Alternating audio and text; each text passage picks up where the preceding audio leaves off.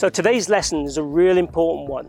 I'm going to share with you an unreal drill that's going to allow you to get great contact consistently to really improve your game. In particular, get that compression on iron shots and get that ball on turf contact every time.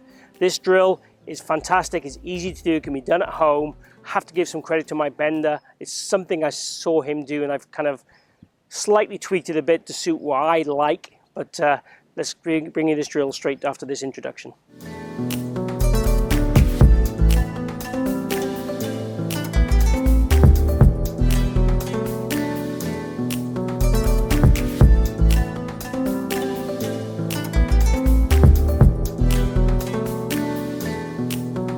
So hitting down on the golf ball and getting that ball on turf is essential to create the correct pressure on the ball, to control the flight of the ball and get your maximum distance out of each shot.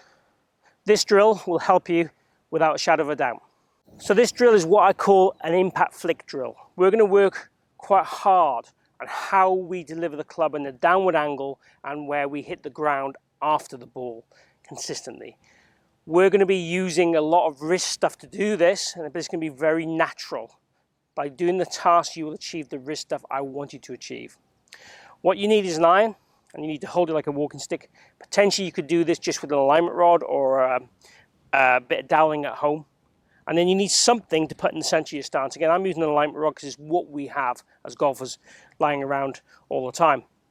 Now, what you're going to do is you're going to set up with an iron, holding it like that walking stick, so you're holding it just in the hosel of the club here, like that. I'm going to come in there a bit closer, you'll see.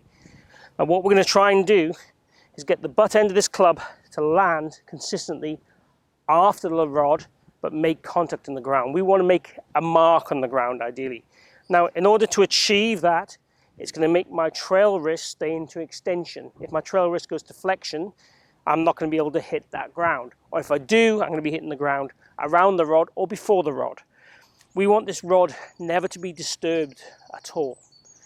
We want to feel that we can land this club every single time after that rod. And you'll see here, I'm creating a kind of hinging action. So the wrists are hinging and the cocking, and then the uncocking and unhinging. And ideally then I call it the impact flick, because then the wrist will go then into a kind of flat state or a flex state post-impact. The key is, when we're doing it, is to get that consistently happening. And if we get this wrist action sort of loading and unloading correctly in the right area, it'll transform your ball striking. Now the key is, once you're consistent at doing that, the next phase then is to make sure that we start to add the correct rotation and extension of the body. So just to be clear, the rotation is this element and the extension is this element. So we're going to try and add that now while still getting the butt of the club to hit the ground consistently. So, as you can see there, extension and rotation as well at the same time. So that's the perfect way I'd want you to feel that you're going to deliver the club through impact. We want that impact flicked, club landing in the right spot with the correct wrist action every single time. And if we can do that, that's going to make your ball striking move to a different level. So phase 3, if you like. So phase 1, landing the club. Phase 2, adding rotation extension. Phase 3, holding the golf club then the correct way. I feel like we're going to do exactly the same thing with the butt of the club landing. And we can do it at speed. There's nothing wrong with starting slow and build it up. So once we've got that club having that action and that wrist action and body motion, then we're going to start to put a ball into play and then build it up to small swings to build big swings. So I'll slide this across. We're going to put the ball now in the position relatively in line with that rod. Now I'm going to go and hit a golf ball. Try and feel I do exactly the same. And what you'll see there, hopefully, is a nice divot just after the golf ball. The ball fight on the shot itself was very low and penetrating and very straight. Exactly what I'd want to see from that. And again, for the amount of speed I put in and the length of swing I put in, it went quite a long way for a 7-iron.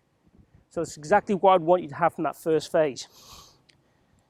Building that up, we're going to try and add more rotation, more extension, and a slightly bigger swing.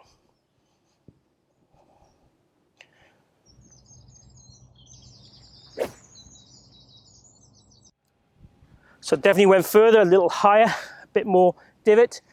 Ball went a tad more right that time because I definitely held that wrist positions a bit longer.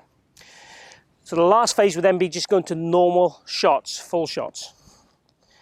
But I would still like you, if you're on the golf course, to feel like you would do this as a rehearsal. Step behind the ball, line yourself up, step into the shot, get comfortable and feel like you have the same action.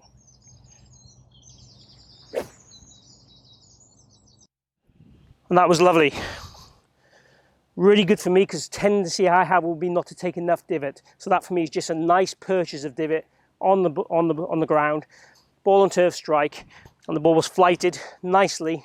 And again, my tendency will be to turn the ball over too much. That one was nice and straight. Give this a go. So I hope you've enjoyed that look at the impact fixed drill and how we work on the wrist action, going from that extension to flexion and happening in the right area so we get the speed in the right area. If you have enjoyed the video, please click like and share the video. Also, please post questions down below, comments or requests or feedback for future videos. I really welcome all of those.